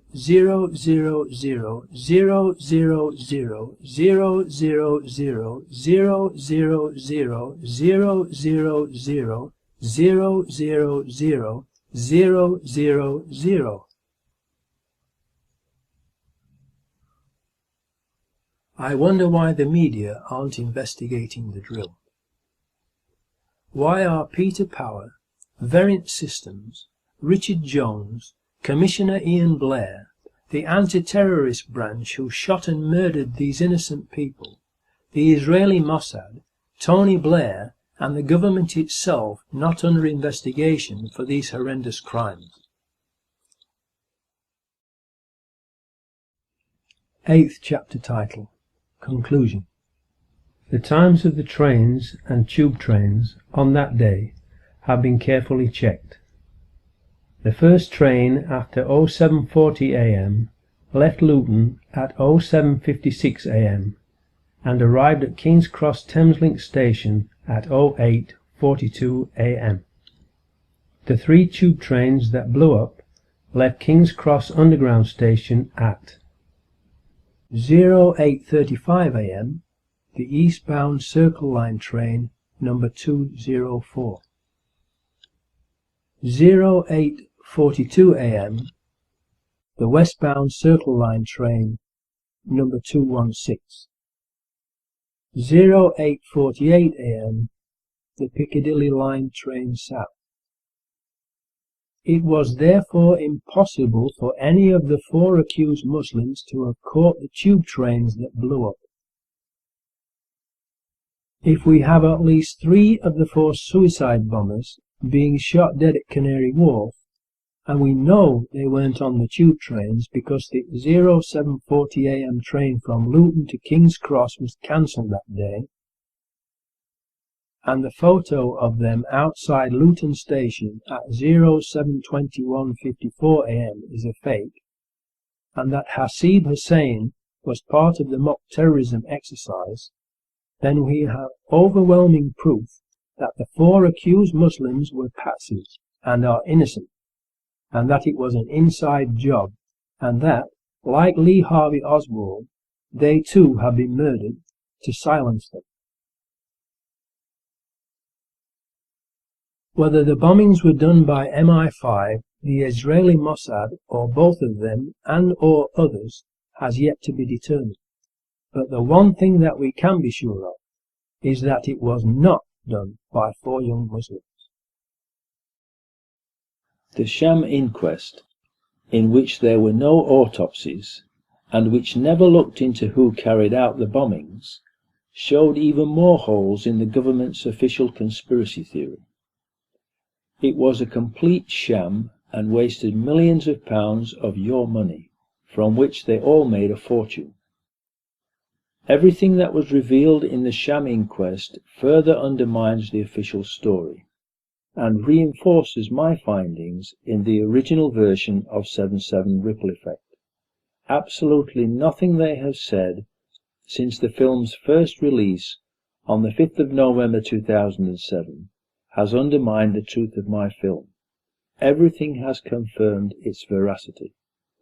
The most glaring hole in the government story, demonstrated in the sham inquest, is that there were 3 holes in the Edgware Road tube carriage floor that 3 people fell into, 1 into each hole, and that is the carriage that Mohammed Siddiqui Khan is alleged to have been on. Number 10 in the diagram is Khan. Number 13 is Daniel Biddle. Number 16 is John Tulloch. Please notice that Khan is not near the blast location in the police diagram above. This gets clarified and resolved at the inquest. At the inquest you've got 3 major holes in the floor, and one of them is about 10 or 15 feet away from the other 2. And these are huge holes, and in all 3 of them somebody falls into the hole. That's the amazing thing. Right. And they describe falling into the hole, but with one of them, the person falls in and is stuck there and dies. And the other 2 they managed to get out again. So we've not only got 3 holes, but we've got accounts of 3 different people falling into those 3 holes.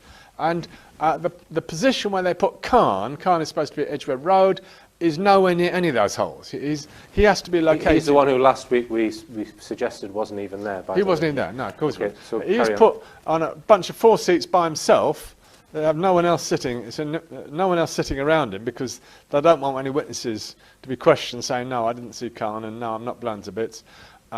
So they have him sitting by himself with a rucksack. Has to be on his lap because that's Biddle's account, Danny Biddle, and he says he pulls the cord. And if you did that, you wouldn't make a hole in the floor at all.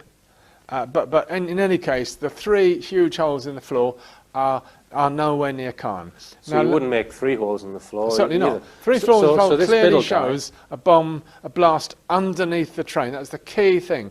Let me emphasise that in all these train stories, the most haunting, horrific fact that keeps reappearing is people with legs and feet blown off. This is what the government and the media totally ignore throughout this inquest, just as they totally ignored it back in the 2006 Greater London Assembly hearing. They kept hearing the haunting things. Oh, how come my leg's blown off? How come my foot's missing? What we actually need is a map of the train showing everyone with legs and feet missing. Right. That would give you a kind of diagram. I think you'd find rather long areas down the centre of the train. You wouldn't find it, as it were, from the centre. So suggesting that there was explosives planted underneath the train. Yeah. Speaking of the Edgware Road, during my extradition journey to Belgravia police station, I was driven down Edgware Road by 3 SO15 anti-terrorist branch officers, and it was full of Muslims, Muslim shops and businesses, and Muslim people shopping and milling around. Ask yourself this: why would a Muslim suicide bomber want to risk blowing up Muslims? How would that advance his cause?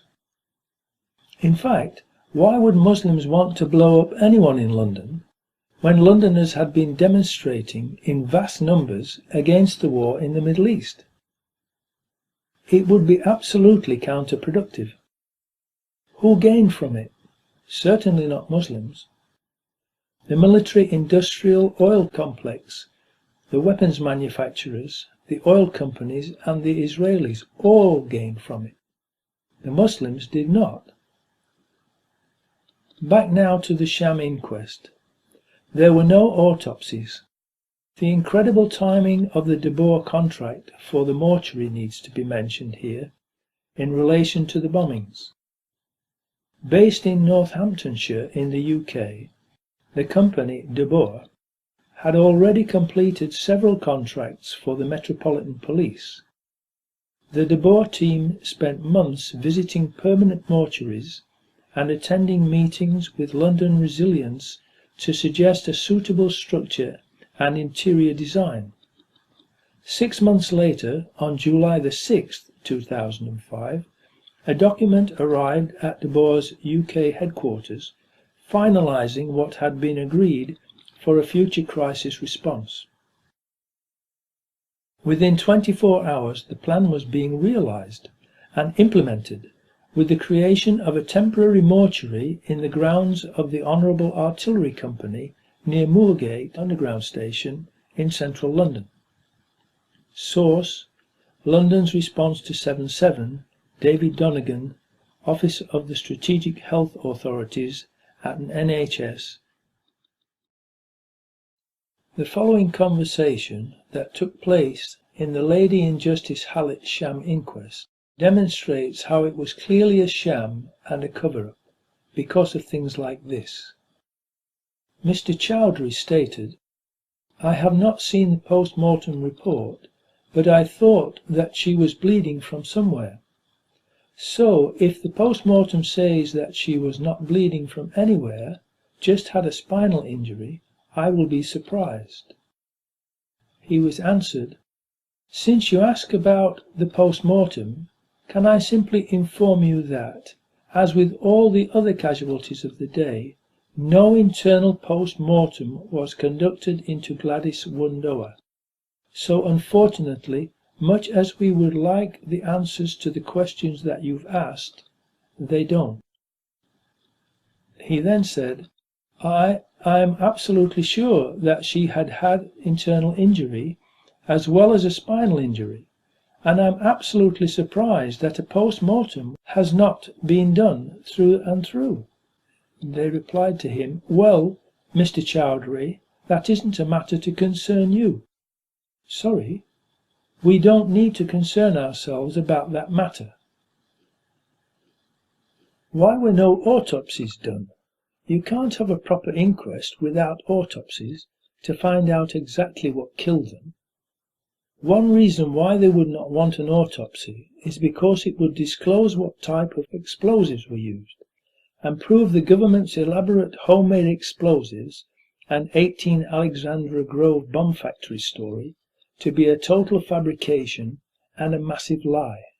The body count reveals no bombers. The first official body count on 2 of the trains was 1 body short. At the 7/7 sham inquest in November 2010, Dr. Morgan Costello gave evidence that he was asked to attend 2 scenes, Edgware Road and Aldgate, for the purposes of certifying the extinction of life. He counted 6 bodies at Edgware Road and 7 bodies at Aldgate, and declared these as life extinct. The enormous anomaly that passed completely unreported in the press was that the numbers should have been 7 and 8 if we count the bodies of the bombers. Aren't these 2 body counts extraordinarily powerful proof that there were no suicide bombers on the Aldgate and Edgware Road tube trains? We were told by very reliable sources that the bombs were military high-grade explosives detonated by timing devices, not by suicide bombers, and survivor Bruce Late says that Shazad Tanweer did not blow up Aldgate Tube. Note that the man next to Tanweer, coloured green and given the number 8 in the drawing, was not killed. If Tanweer was blown into 52 pieces, how could this man next to him still be alive? Evidence presented to the sham inquest claimed that Tanweer and Khan were blown into a large number of different pieces by their bombs. But how would this be consistent with the fact that almost all of the other serious injuries in those coaches were lower limb injuries, the feet and legs, indicating that the bomb was at floor level, not on someone's back? Also, it has been reported that Shazad Tanweer's body and head were blown into so many small pieces that he was unidentifiable, and that's why he did not show up as part of the body count. The inquest stated that Tanweer was blown into 52 small pieces. However, a couple of 7/7 investigators spent some days in the Beeston area of South Leeds in 2006 and were able to speak to members of the families and those who knew them. Two friends of the Tanweer family related the astonishment which the latter experienced upon being given back the body of Tanweer and finding it relatively intact. Remember that Bruce Late said that Shazad Tanweer was not on that train. Now then, Nick, on the last show we mentioned that the families are rumoured to have identified bodies of the alleged bombers, and they were intact, even though we were told they were in pieces. Yeah, this is especially so for the Tanweer family. Shazad Tanweer. Shazad Tanweer in Beeston, buried in Pakistan, yeah. All right.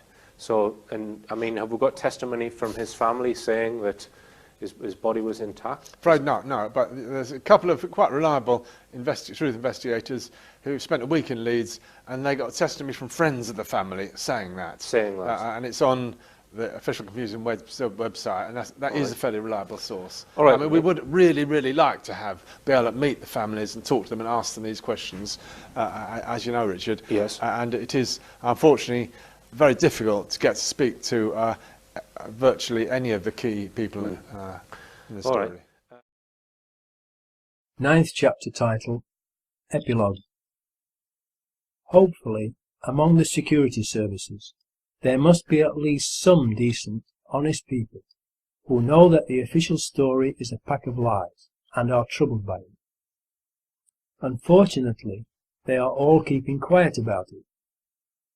We need them to have the courage to come forward and say what they know and arrest their evil colleagues and bring them to justice if they don't want to be also condemned as accomplices of the government and media criminals who committed treason and mass murder that day and helped to cover it up, enabling the Orwellian Big Brother police state plans for Britain to pick up steam, and the real perpetrators, the New World Order government terrorists, to plunge the world into World War III and Armageddon.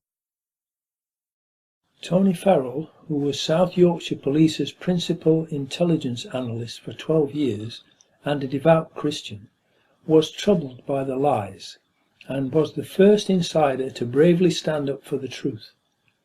A sergeant with the London Anti-Terrorist Branch, who is also a Christian, has now started to sue the Metropolitan Police over the murder of John Charles de Menezes. So we have another brave Christian soul willing to stand up for the truth. What's wrong with the rest of you insiders, you spineless cowards? And where are the millions of Muslims in all of this? Why do Christians have to stand up for the Muslims and suffer losing their jobs and livelihoods? Why aren't Muslims getting involved en masse and helping us to clear these young Muslim men's names and thereby exonerate their religion? Tony Farrell had worked for South Yorkshire Police, the 13th largest of the 44 police forces in the UK, for 17 years and had been employed for 12 years as their principal intelligence analyst. His job involved producing a yearly strategic threat assessment matrix, to determine how the police force had to prioritise its activities. He said that after analysing 9/11 and 7/7 and watching my 7/7 ripple effect video, the biggest threat was from the government, for which he was naturally sacked, because of the cowardly institutionalised denial of the truth by South Yorkshire Police. He was not willing to be an accomplice after the fact to these horrendous crimes and mass murder. Those who are keeping quiet are accomplices to mass murder and are also committing misprision of treason, which carries a maximum life sentence. South Yorkshire Police sacked their long-standing, most senior principal intelligence analyst, Tony Farrell, rather than investigate what he had stated in his analysis. Meredith Hughes, who was the Chief Constable of South Yorkshire Police, absolutely refused to investigate Tony Farrell's analysis that supports the contents of my original 7/7 ripple effect film. Meredith Hughes was in charge of the policing of the G8 meeting in Gleneagles on the 7th of July 2005, and Tony Farrell's boss, DCI Steve Williams, told Tony on the 7th of July 2010 that he was in London on the 7th of July 2005 as part of the terrorist training exercise and knew exactly who had carried it out, thus destroying Peter Power's modified story that it was only a desktop exercise in one room involving himself and 5 executives of Reed Elsevier, whereas his original story was that it involved over 1,000 people. Were Chief Constable Meredith Hughes and Detective Chief Inspector Steve Williams of South Yorkshire Police involved in the planning of the bombings on the 7th of July 2005, and was that why they sacked Tony Farrell, rather than investigate his analysis to cover up their part in it? They can't sack everyone. Come on, stand up and be counted. Do the job you are paid to do, like brave Tony Farrell did. He was sacked for doing his job properly and refusing to tell and peddle the government's lies. Where is your backbone? Or are you spineless cowards and have a yellow streak instead of a backbone? One day you will meet your maker and have absolutely no excuse for your inaction. Wake up from the conditioning and mind control programming you have been subjected to, and the cognitive dissonance and institutionalized denial you are suffering from. The sleeper must awaken. The sleeper must awaken. Why do you think they have made a Big Brother TV program? To program people's minds and get them used to the idea of living under constant surveillance, and to like it, and volunteer to take part in it. Why do you think they are called programs? It is because they are used for mind control, brainwashing, programming of the public's minds into obeying and sleepwalking whilst following their New World Order hidden agenda. The sleeper must awaken. The sleeper must awaken. The television is the greatest mind control and propaganda weapon ever invented.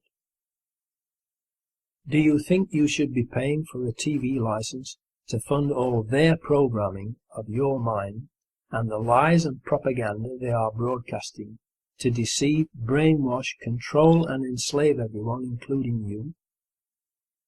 Does the TV and watching it not already control most of your life and the way you think? Woe is us! We're in a lot of trouble! Because you people and 62 million other Americans are listening to me right now. Because less than 3% of you people read books. Because the only truth you know is what you get over this tube. Right now, there is an entire generation that never knew anything that didn't come out of this tube. This tube is the gospel, the ultimate revelation. This tube can make or break presidents, popes, Prime Ministers, this tube is the most awesome goddamn force in the whole godless world. And woe is us. This company is now in the hands of the Illusion Corporation of America. There's a new chairman of the board, and when the 12th largest company in the world controls the most awesome goddamn propaganda force in the whole godless world, who knows what shit will be peddled for truth on this network. So you listen to me. Listen to me. Television is not the truth. Television is a goddamn amusement park. Television is a circus, a carnival, a traveling troupe of acrobats, storytellers, dancers, singers, jugglers, sideshow freaks, lion tamers, and football players. We're in the boredom-killing business. So if you want the truth, go to God. Go to yourselves, because that's the only place you're ever going to find any real truth. But man, you're never going to get any truth from us. We'll tell you anything you want to hear. We lie like hell. We'll tell you any shit you want to hear. We deal in illusions, man. None of it is true. But you people sit there day after day, night after night, all ages, colors, creeds. We're all you know.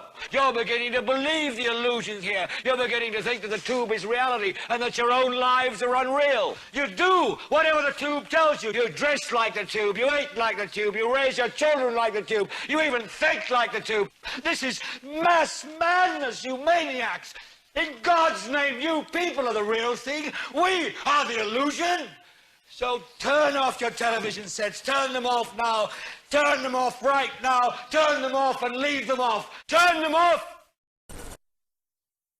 Do you think you should be paying for all those CCTV cameras and their operatives to spy on you everywhere you go, so they can enslave you and fine you, thereby stealing your money for doing nothing wrong? Especially when they use your own money from those fines and taxes to pay for even more CCTV cameras, so you have even less privacy and freedom. And then they claim that the cameras do not work when there is a real crime being committed by the people who control the cameras. Don't you realize that in paying fines and taxes, you are actually paying for the chains they are using to enslave you with? Wake up, look and see the reality that you are actually paying for them to turn you into their slave. The government is continually and illegally passing new legislation to restrict your freedom and obtain more and more information about you to control you, and yet they themselves are becoming more and more secretive and out of control. They have turned the relationship between the people and government into the opposite of what it should be. It should be public servants serving the people, not the people serving public government masters or, more accurately, dictators. Please, for your own sakes, obtain copies of this film for everyone you know and for the media outlets in your area, to wake them up and let everyone know the truth, so that the public will give the decent, honest people in the security services, like Tony Farrell, their support and encouragement to tell the truth and arrest their evil colleagues. Addendum. I was arrested and extradited to the UK on a false, malicious and politically motivated, trumped-up charge that had no chance of succeeding, but was designed to punish me for having made 7/7 ripple effect and exposing the truth for the whole world to see. Their objective was to shut me up, literally, and make an example of me to deter others from speaking the truth. During my trial, in all the local newspapers throughout the British Isles, they quoted that I had told John Hyman that his daughter Miriam was not on the number 30 bus. Here is proof that she wasn't on that bus. The parents of Miriam Hyman, 32, a freelance picture researcher from East Finchley, North London, Don't know what else they can do. They last spoke to her around 9:30 a.m. on Thursday when she was outside King's Cross. She had been trying to get to work at Canary Wharf. We've had no news, said her father, John, who is retired. She certainly wasn't injured on the Underground, because I spoke to her, and at that time she was with a crowd of people evacuated from trains on the pavement outside King's Cross station. The only other possibility, apart from a road accident, is if she was on the bus that was blown up. The reason we think that is unlikely is because it wouldn't make sense for her to take that route. And I was speaking to her about that time, and her office phoned her at about 10 a.m., which was about 10 minutes after the explosion, to say, "Don't come in." And from another article in the Something Jewish paper, Miriam Hyman, 32, called her father from outside King's Cross station at 9:45 a.m. on Thursday morning and said she was fine, but her family has not heard from her since. She called her dad at 9:45 from King's Cross station, and the number 30 bus blew up in Tavistock Square at precisely 9:47, only 2 minutes later. It takes 10 minutes to walk from King's Cross to Euston, and it is therefore impossible for her to have been on that bus and been killed on it, and then her office to speak to her at 10 a.m. to tell her not to come into work at Canary Wharf, the place where 3 alleged suicide bombers were shot and killed that morning, just like John Charles de Menezes was 2 weeks later. Her dad, John Hyman, confirmed to us that his daughter Miriam phoned him at 9:45 from King's Cross. Did she ignore her officer's instructions not to come into work at Canary Wharf and meet the alleged suicide bombers on the way, and was killed along with them? Then her parents told that she died on the number 30 bus? Or, as some people believe, Miriam is still alive? Some new evidence has recently come to light.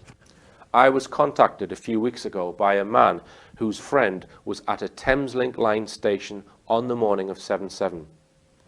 He was of Muslim appearance and waiting on the platform at Gatwick station.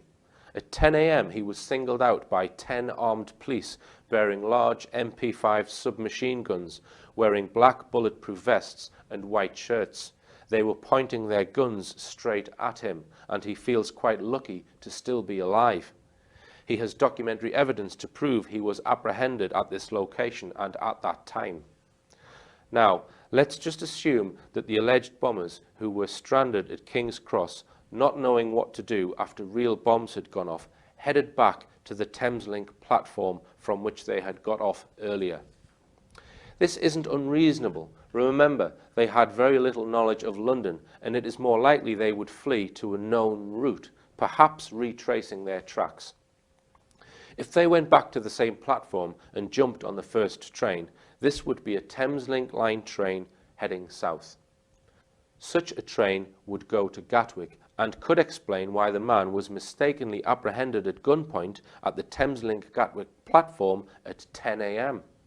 The authorities could have easily tracked the men to the Thameslink train using either CCTV or mobile phone positions. Looking at the Thameslink route map, they perhaps thought Gatwick might be a likely destination for the fleeing patsies.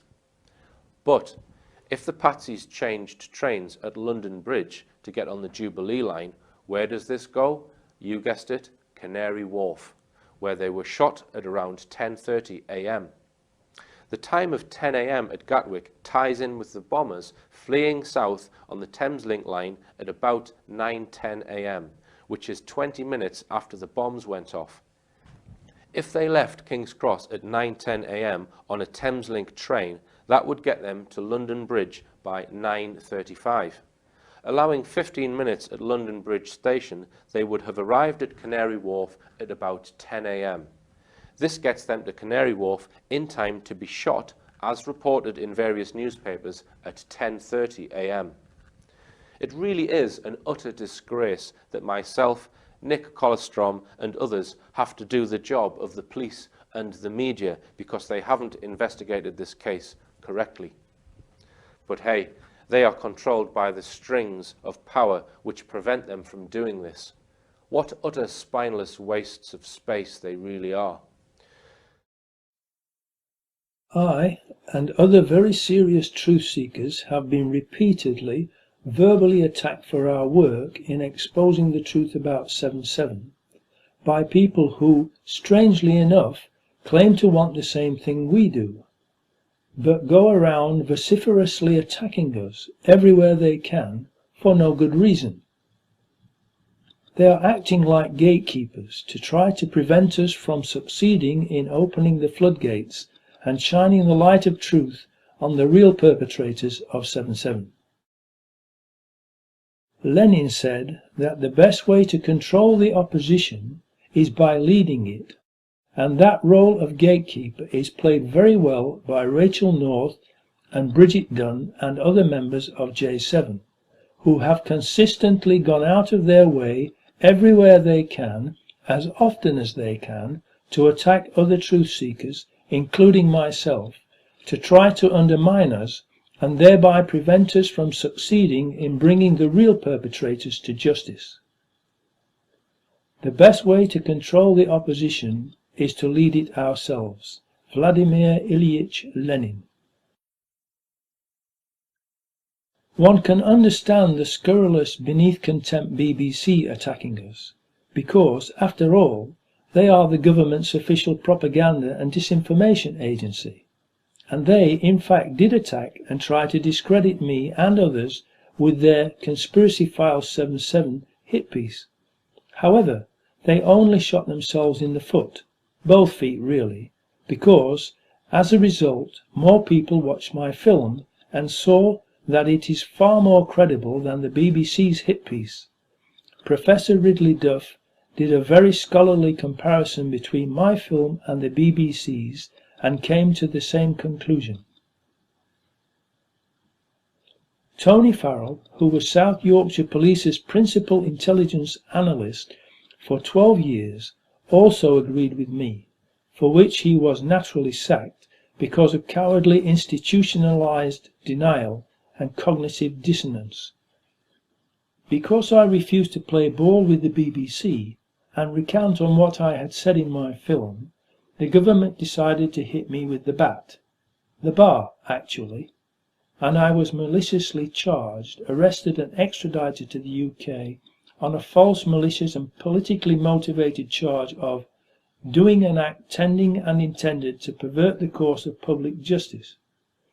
The investigation, called Operation Favela, the forensics, the extradition, my incarceration and trial must have wasted hundreds of thousands of pounds of your taxes.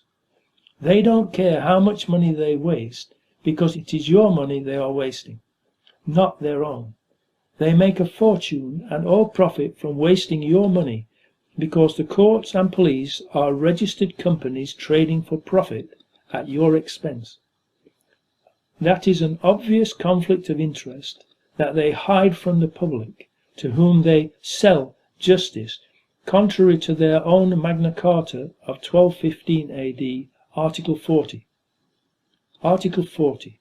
To no one will we sell, to no one will we refuse or delay right or justice.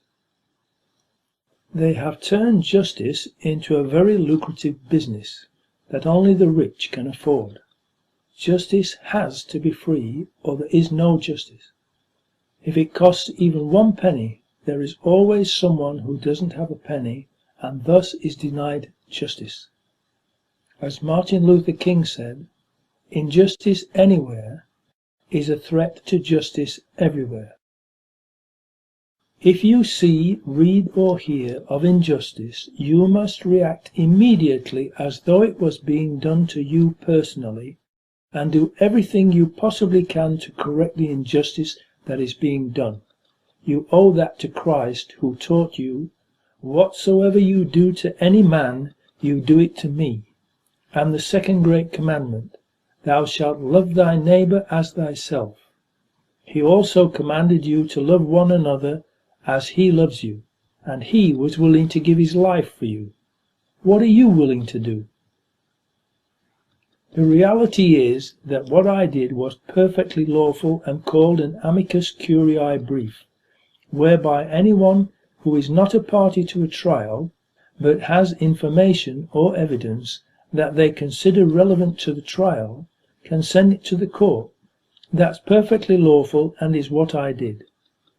It was also the perfect opportunity for me to officially bring the evidence I had to the attention of the judiciary, in the hope that they would order an investigation into who really carried out the bombings. So I sent copies of my film to the court, where the government was desperately trying to frame 3 friends of the 4 alleged bombers.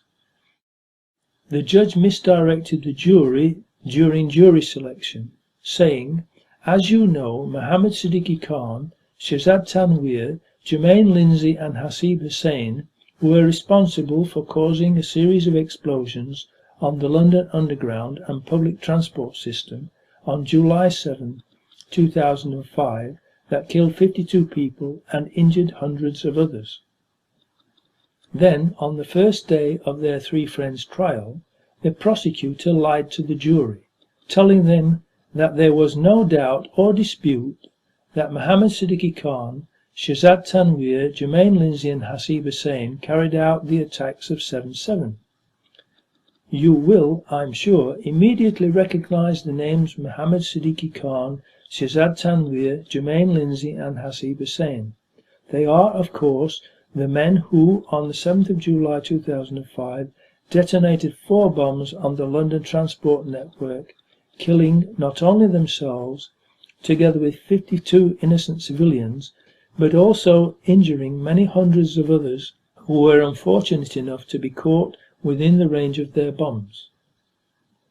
During their retrial, it was reported that Neil Flewitt QC told a jury at Kingston Crown Court that there was no dispute that Khan, Tanweer, Lindsay and Hussain were responsible for the appalling act of terrorism on July the 7th, 2005. It was not me, but them who were guilty of trying to pervert the course of justice by misleading and lying to the jury and keeping the truth from them, because they were desperate to convict these 3 young men, so that they could then use their propaganda mainstream media organs to tell the public that they were guilty, and so, by extension, so were the 4 alleged bombers, and that my film was wrong. They failed miserably in their despicable efforts. The 3 were found unanimously not guilty, and my film stands as being the truth. In fact, having the evidence that I had, if I had not sent it to the court, I would have been guilty of withholding evidence and misprision of treason. The judge and prosecutor should both be charged with attempting to pervert the course of justice and perjury for lying to the jury. The 3 friends of the 4 alleged bombers spent 2 years in prison for something they could not possibly have done, because it is impossible for 3 men to be guilty of helping 4 other men do something that those 4 other men did not do. If the government had managed to convict them, they could have got 20 to 30 years or more in prison for something they could not possibly have done. With all the evidence I had, I absolutely could not sit back and allow that to happen. During my 157 days of false imprisonment, most of it in Wandsworth Prison, the authorities were supposed to take me to court on 5 scheduled occasions for me to apply for bail, but they didn't do so. The first time, their excuse was that they couldn't find me in their prison, which is ludicrous, because every cell has the prisoner's name and number on the outside of the door, and it's all registered on their computers. However, at 8 o'clock the very next morning, the cell door opened and they managed to find me to take me for what they claimed was a random drugs test. They could find me for a non-mandatory drugs test, but not take me to a scheduled court hearing that they were mandated to do. Fishy?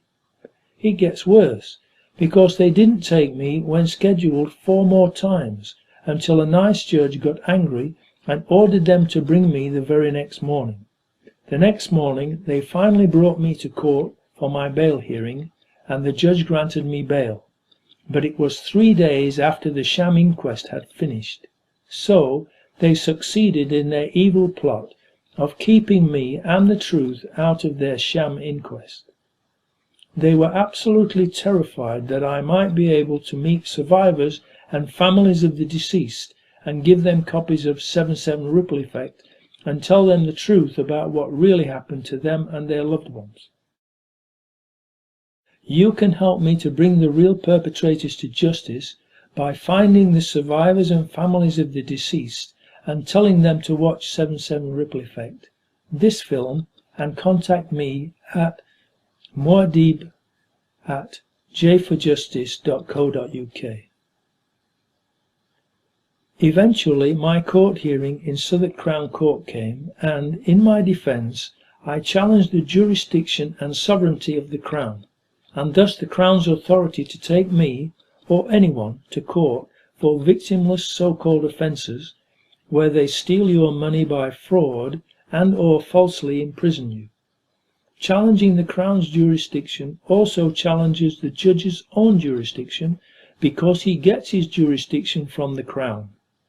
The evil biased judge refused to let me summon Mrs. Elizabeth A.M. Battenberg Mountbatten, also known by the criminal aliases Windsor and QE2, so that I could question her about her criminality, remove her from the throne that she is fraudulently sitting upon, and redistribute her and her cronies' obscene wealth back to the British people that she and they have stolen it from, and have also enslaved and impoverished. His refusal to let me do that perverted the course of justice, was an act of treason, and proved that he was prejudiced and not impartial, and also a criminal servant of that monstrous criminal who is pretending to be the lawful monarch. He then further perverted the course of justice by deviously ignoring the absolutely irrefutable facts in my challenge, that only an impartial jury can decide upon, and he refused to let the challenge go before a jury. He then committed treason again, and unlawfully decided himself that the Crown, and thus he, had the right to put me on trial. It is a legal maxim that no man can judge in his own cause, or in a cause to which he is a party, and I pointed that out to him, but he ignored it and decided himself that he had jurisdiction. As expected, because it was a frivolous, malicious, and politically motivated prosecution that never had any prospect of success, I was found not guilty. The evil policeman, DS Stephen Walker of SO15, who brought the malicious, politically motivated charges against me, the evil prosecutor, Annabel Darlow QC, and corrupt evil judge Geoffrey Vincent Pegden, not the same judge who gave me bail, did everything they could to try to persuade the jury to convict me, but they weren't having any of it.